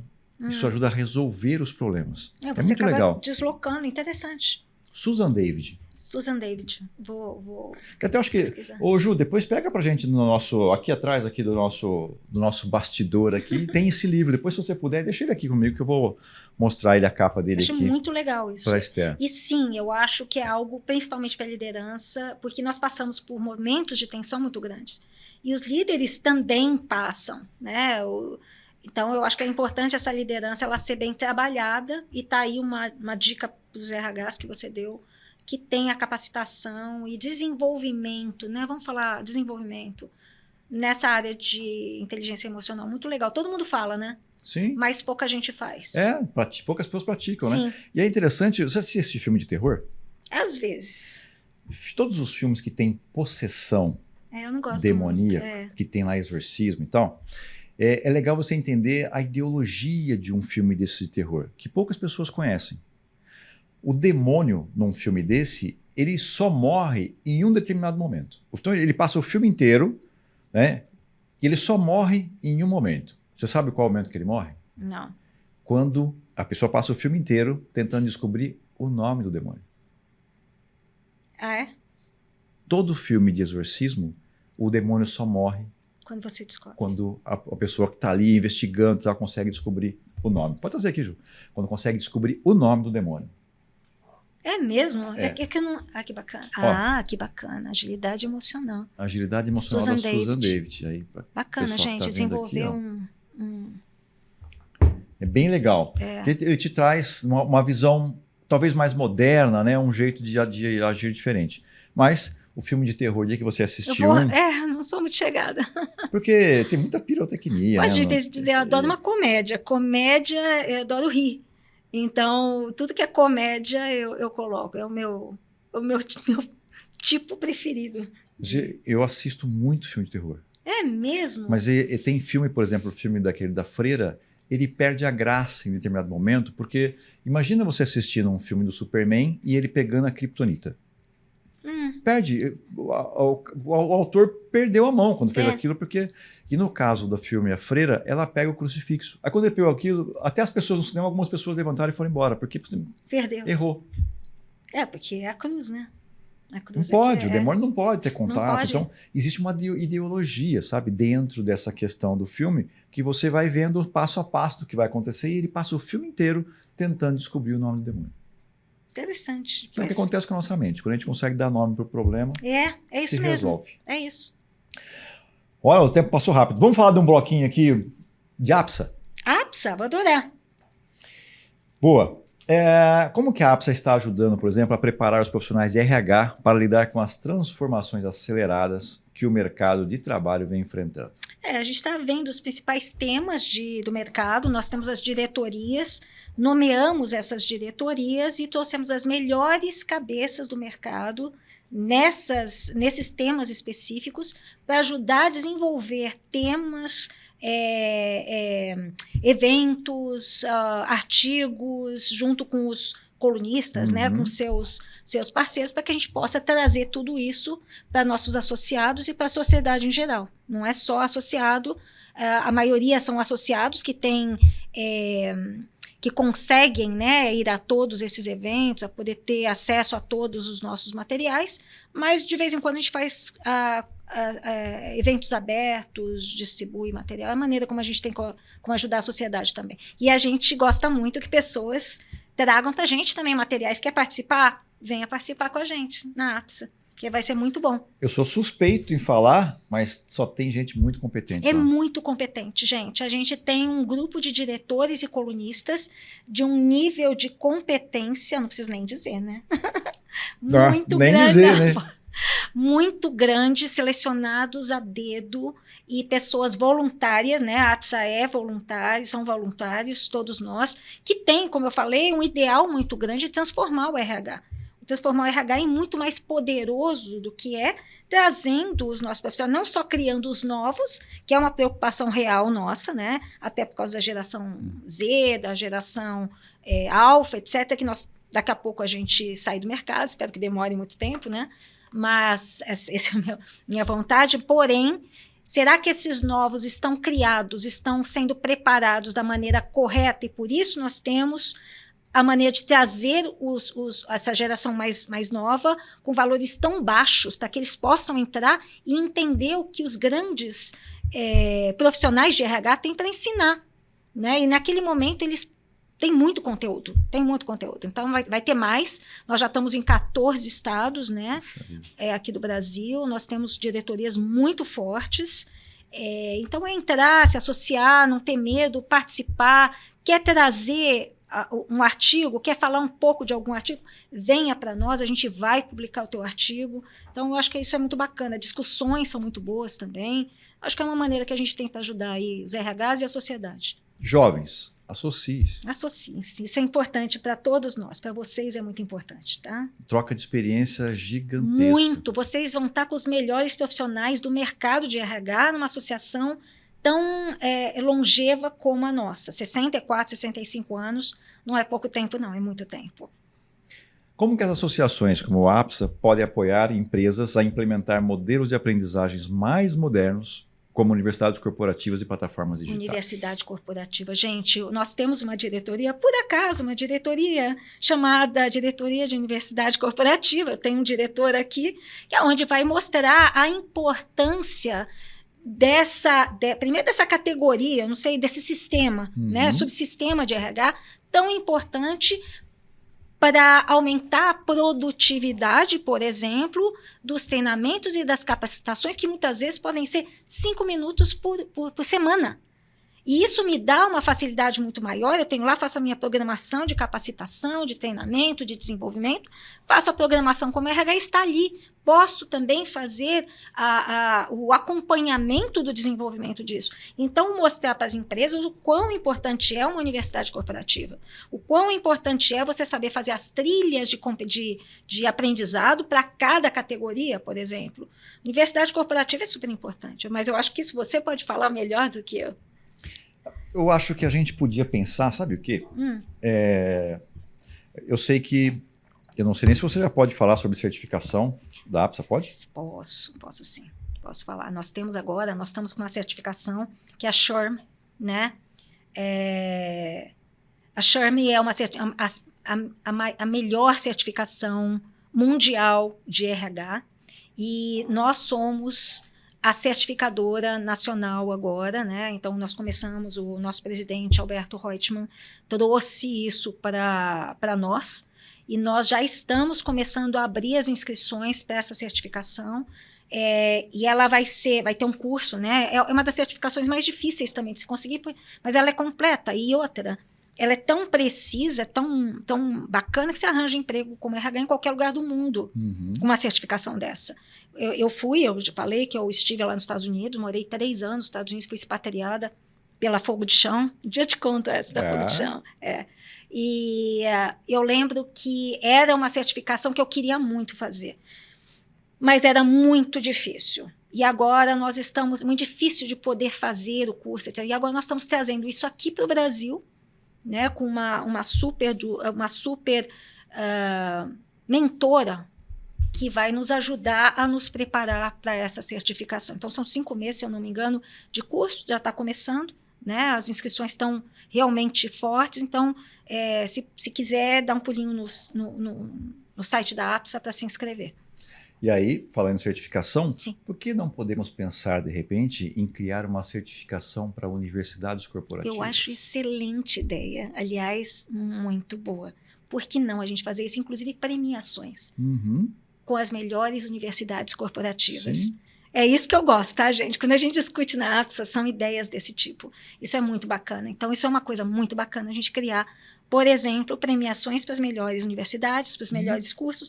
Por que isso? Porque quando nós fazemos uma premiação, uma certificação, nós estamos podendo pegar as melhores práticas do mercado em algo que é muito importante e que vamos dizer, muitas empresas trabalham com isso, mas não todas as empresas. Então, eu acho que é algo muito bacana para aumentar a produtividade, para melhor utilização do time do RH, né, para capacitar as pessoas com resultados muito melhores, porque se você treina melhor, o time de futebol fica muito melhor também, Sim. né? E você poder fazer essa programação, inclusive desde o onboarding. Né? O cara entrou, ele já entra jogando bola. Né? Se você souber fazer isso, dar um tempo de preparação. Universidade corporativa tem muita coisa para ser feita, mas vamos conversar? Vamos falar disso, que eu acho que é importante. De que forma que a APSA tem fomentado conexões entre profissionais e empresas para acelerar a inovação e gestão de pessoas? Os fóruns, né, que nós temos, os treinamentos, nós temos muitos treinamentos online e em pessoa física, nós temos fóruns de discussões, nós temos reuniões de associados, né? Então, de uma maneira geral, o que nós queremos é essa discussão mesmo, e agora não em âmbito só paulista, e sim nacional. Né? Então, a gente ouve, nós temos, entendendo um pouco mais também as particularidades de outros estados, né? Porque cada estado é de um jeito diferente, e eu acho que fica muito rico tudo isso, né? Essas discussões. Podemos fazer mais? Podemos fazer mais. E vamos. Boa. Na sua visão, qual deve ser o papel da APSA na construção de um RH mais estratégico e influente dentro das organizações brasileiras? Excelente, eu gosto de foco em resultado. Eu acho que falta um pouco para o RH esse foco mais voltado para resultado. Não é que é para deixar de prestar atenção nas pessoas ou de cuidar das pessoas. É cuidar das pessoas de forma que elas tragam uma produtividade maior para que essas pessoas estejam muito bem empregadas e felizes dentro da empresa. Círculo virtuoso, como eu falei mais anteriormente. Foco mais em análise de KPIs.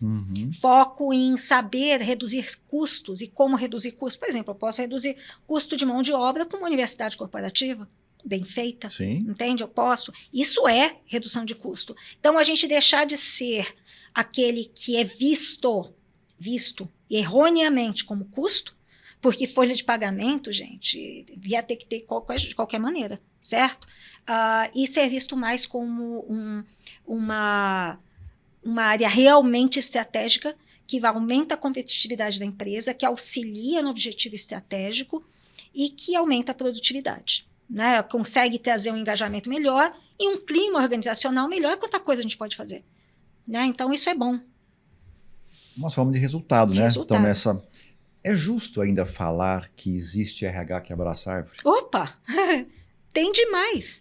O RH que só quer pensar e só pensa no funcionário sem olhar os resultados da empresa, esse é um RH abraçador de árvore. RH, desculpe, militante em excesso, também. Isso é um RH abraçador de árvores. E este RH está prejudicando a visão que se tem do RH, prejudicando as bandeiras fortes como a diversidade, por exemplo, movimentos de mulheres também está se perdendo. Então, sim, o RH tem que ter uma visão muito mais estratégica hoje, com foco em resultados, com foco em desenvolvimento, com foco em produtividade, com foco em employer branding, que isso nos dá também, não é? Employer branding é importante, e se você tem o employer branding, você tem o branding para o mercado. Então, você está ajudando as empresas a serem conhecedoras da sua marca. Então, eu acho que o RH ela tem que olhar muito mais para a estratégia e como desenvolver, você está muito próximo à sua alta direção para entender o que eles estão querendo desenvolver para que você apoie. Nós somos uma área de suporte, mas suporte estratégico. Então, o que nós podemos fazer para desenvolver isso? E não ficar pensando só no dia do não sei o quê, ou na festa não sei do quê, ou porque a diversidade tem que ser pessoas não qualificadas com cota. Não sou a favor, você sabe disso. Tá? Eu admiro e gosto de diversidade desde que essas pessoas entrem com a diversidade, com a capacitação, como eu contei para você que eu faço na minha empresa. Nós temos pessoas que são selecionadas sem nenhum viés de preconceito. Você tem competência para passar, você tem vontade para passar. Nós temos as áreas de entrada na Agrocrédito, ou seja, a pessoa pode entrar até sem o preparo, sem nenhum... Então, nós temos a área de entrada e nós, RH, junto com as lideranças das áreas, ajudamos a desenvolver essas pessoas. E aí, sim, se a pessoa quer desenvolver, se a pessoa quiser, nós damos as chances para ela brilhar. Agora, você trazendo a diversidade só porque é uma diversidade forçada, eu sou contra. Isso está acabando com essa não é bandeira o nome, porque eu não gosto disso, essa situação de diversidade que é tão importante para a humanidade. Nós somos diversos. Então, a diversidade já existe. O que está sendo feito hoje, eu acho que é exatamente rotular. E quando você rotula, você está discriminando. Eu não discrimino ninguém. Eu quero todo mundo com a chance, desde que essas pessoas queiram. Eu acho que o Brasil já está assim. Perfeito. Antes de a gente entrar aqui no nosso ping-pong de perguntas, eu sempre peço para a IA fazer uma pergunta para o meu convidado. Estou com problema. Vamos ver o que a nossa IA vai trazer de pergunta para você. Ixi, faz pergunta difícil, IA. Vamos ver aqui. Hoje eu estou aqui com a Esther, aqui no meu programa de podcast, aqui no Expandcast. E eu gostaria que você perguntasse para ela, lembrando que ela é vice-presidente da APSA, né, que é a Associação Brasileira de Profissionais de RH, ela é diretora de RH da Guru Crédito, ela é board member, conselheira consultiva, mentora de carreira, especialista em ESG, coach executivo com experiência internacional e é também engenheira. E eu gostaria que você fizesse uma pergunta para ela. Lá vem. Claro, Cristiano. Nossa, a Esther tem um currículo super impressionante. Uma pergunta legal que você pode fazer é sobre como ela vê o futuro do ESG nas empresas brasileiras, especialmente considerando a experiência internacional dela. Acho que vai ser um tema bem interessante para os ouvintes também. Nossa, que pergunta boa. É o que nós comentamos aqui, tá?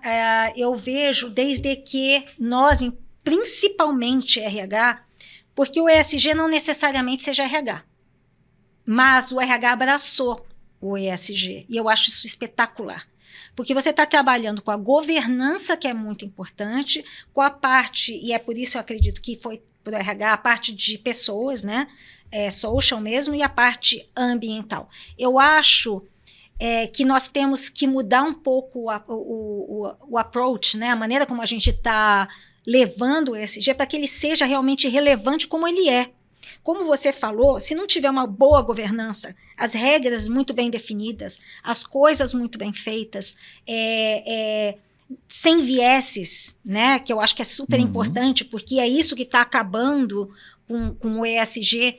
Quando nós soubermos pegar a parte de social, e esse social estiver vinculado ou à imagem da empresa, ou ao benefício dos funcionários, alguma coisa que vá reverter também em resultados para a empresa, assim como a parte ambiental, ou seja, eu mostro inclusive para os empresários que ESG vai gerar benefícios financeiros, de imagem, ou algum benefício que me dê a longevidade da empresa, né, perpetuidade, aí o ESG vai adiante. Caso o RH, porque nós assumimos essa bandeira, continue achando que olhar a prioridade, né, como eu falei, da materialização, né, qual é a prioridade, por isso que a gente faz materialização, qual é a prioridade da empresa de acordo com o objetivo estratégico. E o ESG, inclusive, pode ajudar em financiamentos, não sei se você sabe disso, né, ele pode te dar taxas muito mais baratas em financiamento, que você está mostrando que você realmente tem a sustentabilidade da empresa. Está trabalhando isso. Então, se nós fizermos adequadamente, eu acredito ser uma vantagem competitiva para as empresas, não necessariamente uma bandeira, como você, no caso, fez, colocou tudo e não teve o retorno. Como bandeira, talvez eu não veja isso. Eu vejo como crescimento interno, sustentabilidade interna e fazer o certo da maneira certa. Aí eu concordo. Eu acho que a gente vai ter vamos dizer, um caminho muito bom com ESG, entendendo a importância dele. Boa. Vamos para o bate-bola aqui, rapidinho? Bate-bola. Um livro que todo profissional de RH deveria ler. Profissional de RH? Pegar isso de bate-pronto. O Corpo Fala. O Corpo Fala. Puxa vida. Maravilhoso. Maravilhoso. O Corpo Fala. Um erro comum que você vê líderes cometendo. Um erro comum, eu vou dizer para você, a audácia, se achar muito, se achar que porque chegou lá, você está acima do bem e do mal, acima dos outros, e você é melhor do que qualquer um. Líder tem que entender que nós somos pessoas como qualquer pessoa do seu time, ou do outro time, ou alguém que esteja andando na rua. Liderança é para comandar, é para servir, e não para achar que é melhor do que os outros. Uma competência indispensável para o futuro do RH. Inteligência emocional. O maior desafio da sua carreira até hoje? Ter sido expatriada para os Estados Unidos com 2 filhos e não sozinha, de uma maneira, de um desafio muito grande. Foi difícil pensar em fazer tudo, e é o que eu digo sobre a coragem. O medo deu. Você vê que eu paro porque deu medo, mas esse medo não me segurou. E foi uma das melhores experiências que eu tive na vida. E além de experiência para mim, e tudo que eu aprendi, tudo que eu amadureci, tudo que eu vi, eu dei a capacidade, a possibilidade dos meus filhos viverem uma experiência que poucos pais conseguem dar para seus filhos. Totalmente regularizada, totalmente legalizada, e eu fiz o sonho americano, comprei casa, comprei carro, e eu consegui fazer isso também. Então, meu medo se transformou em coragem. É isso que eu aconselho sempre para todos nós, tanto homens quanto mulheres. Um conselho que você sempre dá para quem está começando? Perseverança. Então, tenha perseverança, tenha resiliência, que você vai chegar lá. Uma pessoa que te inspira no mundo corporativo? Eu posso dizer para você que me inspirou no mundo corporativo meu pai. Eu sou o que eu sou graças a ele. Mas Além ele... da Olga. Além da Olga. A Olga, você gravou. Olga. A Olga também, O que te motiva a levantar todos os dias para trabalhar? Paixão. Paixão pelo que eu faço. Eu trabalho porque eu amo. Eu adoro fazer o que eu faço. Eu adoro desenvolver pessoas, desenvolver a empresa, fazer parte de um processo, de um projeto. É isso que me motiva. Se pudesse resumir o RH em uma palavra, qual seria?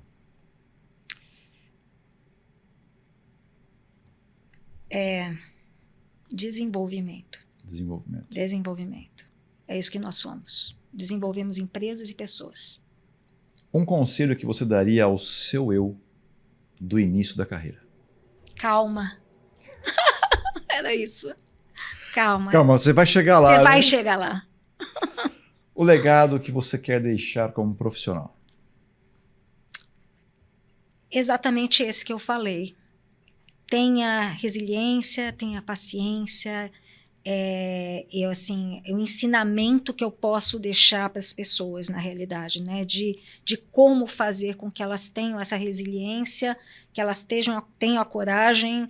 Então, poder mostrar que tem jeito desde que você queira que tenha jeito. Então, o legado seria eu conseguir demonstrar e mostrar para as pessoas, deixar uma impressão de que vale a pena. Vale a pena toda essa coragem, tudo isso que nós fazemos. Vale a pena, é muito legal. Nesse momento você tem no seu WhatsApp o número do telefone, do RH de todas as pessoas do mundo. Eu tenho bastante, tá? Não, do mundo não. Você tem direito a uma mensagem para mandar para eles. Puxa O vida. que você mandaria para todas as pessoas de RH do mundo? Sinceramente, foquem em resultados. É isso que eu falaria para os RHs. Porque é isso que leva a gente adiante, leva as empresas adiante, leva as pessoas adiante. O que interessa são os resultados. Ponto. Como é que te acha na rede? LinkedIn, né? Maria Esther Domingues de Oliveira. No Instagram é fechado, mas Maria Esther Domingues. É isso. Excelente, quero te agradecer muito.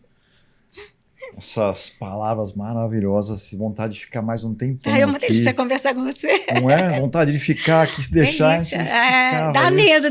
Olha lá, coragem e medo.